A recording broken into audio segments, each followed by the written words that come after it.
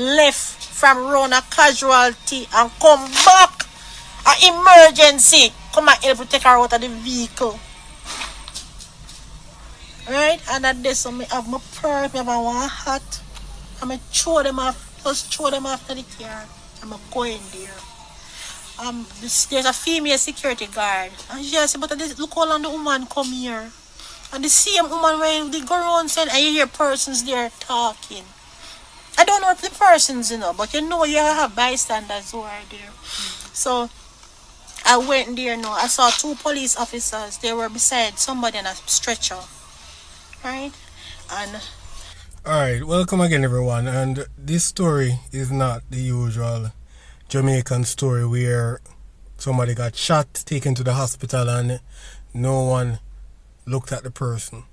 This story is about a young lady who got an asthma attack, and she was taken to the hospital by her mother, and no one wanted to see her. And unfortunately, this led to her death. And as a father with 2 children who are asthmatic, this concerns me deeply, knowing that this could have been me.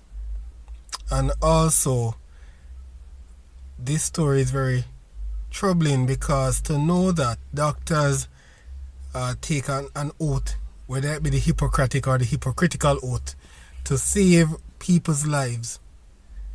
It's just troubling to know that doctors can be so cold. I know you have COVID around, but lives come first. And to know that this young lady just lost her life for nothing is just quite and deeply troubling. I was there crying out for help. Me hear just open up. Me just open my hand and say, who come help me? Nobody came. Me say if one doctor even do come and say me then test her and put her on something. Me that feel better. Me say nobody. And it's not like me not beg them, me I beg. Me I literally I beg them. Me say somebody, anybody. One do for me, put me hand for me head. Me say who will help me? Who will come help? Right?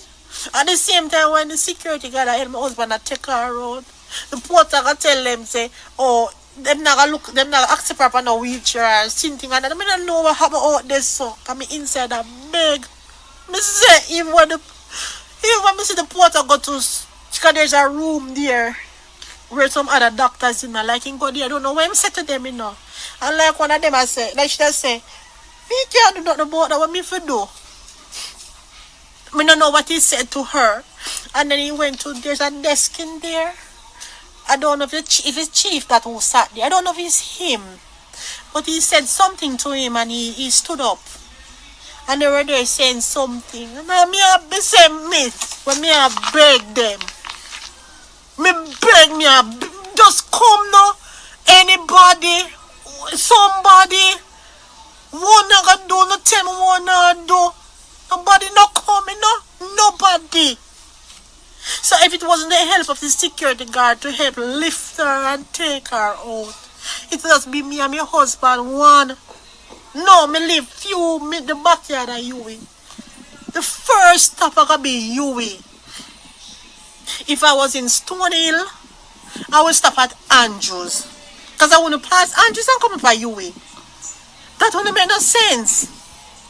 And to know this tale is really happening in Jamaica is really sad, because I've had personal experiences with doctors because, as I said earlier, my own children are asthmatic, and I remember I had to deal with a very unkind doctor.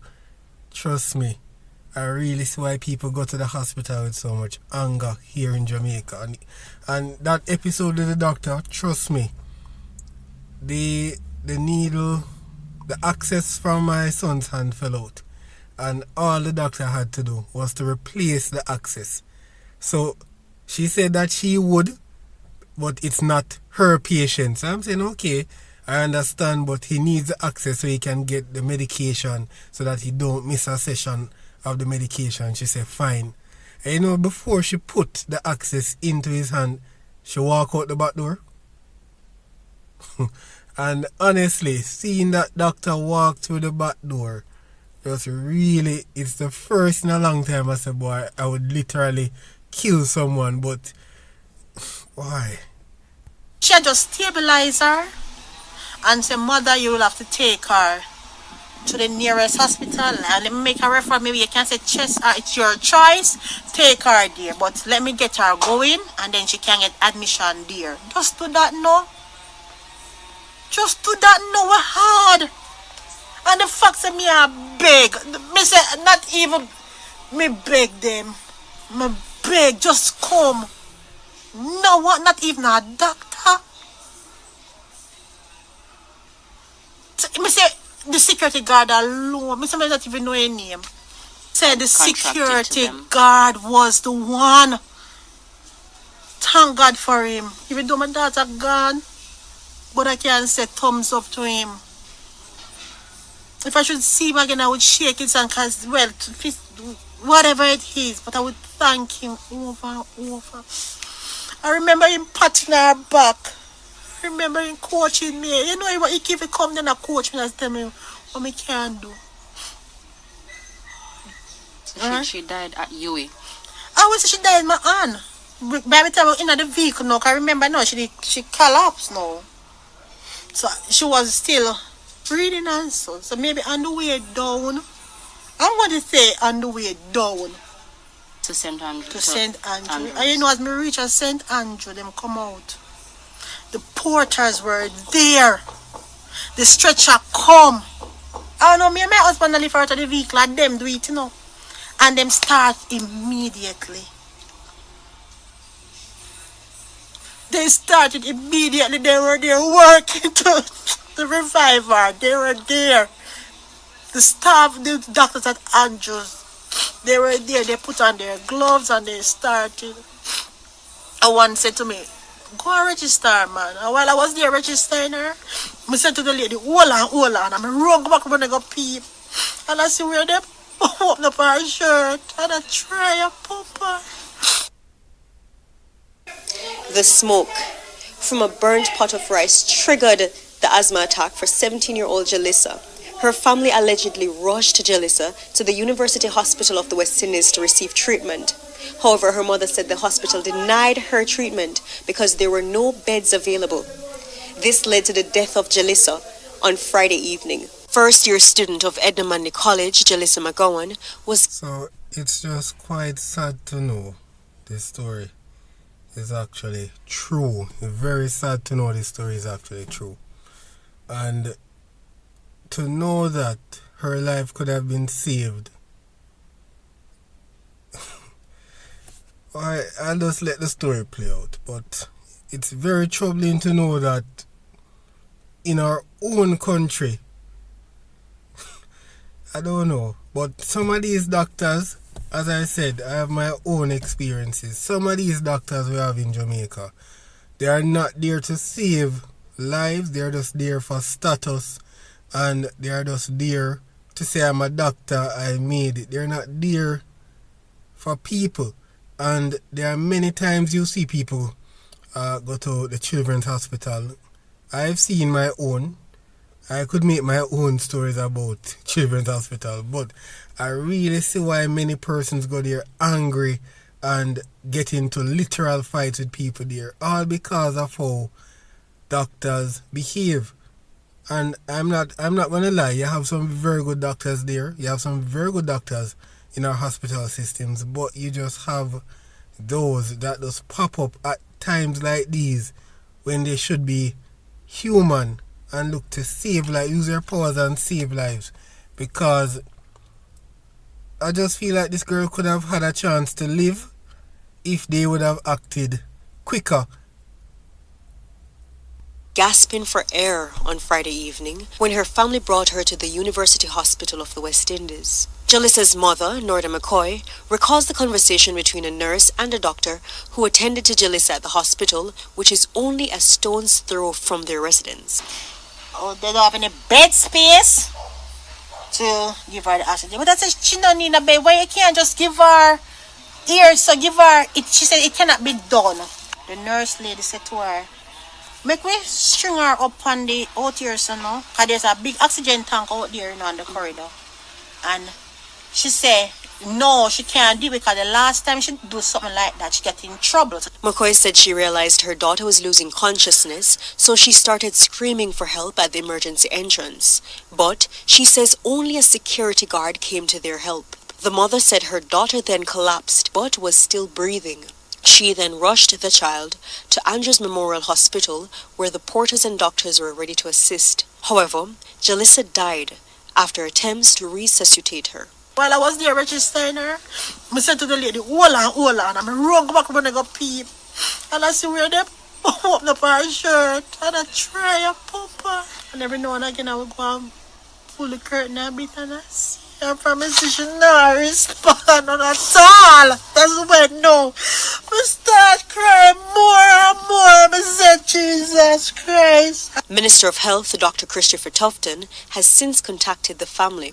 However, the family says the hospital is claiming they did not come there. CVM Live contacted the hospital and was advised that Alright, hold on. they're currently investigating the You hear what the reporter said? Let me play it back. the child to Andrews Memorial Hospital, where the porters and doctors were ready to assist. However, Jalissa died after attempts to resuscitate her. While I was there registering her, I said to the lady, hold on. I'm run back when I go peep.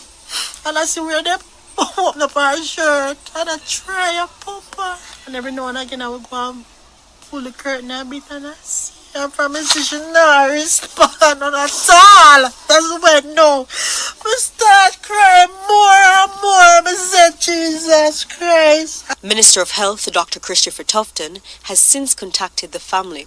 However, the family says the hospital is claiming they did not come there. CVM Live contacted the hospital and was advised that they're currently investigating the matter. Just get the footage and see where I was begging them. Just get the footage and match it to my story and see. Paige Dixon, CVM.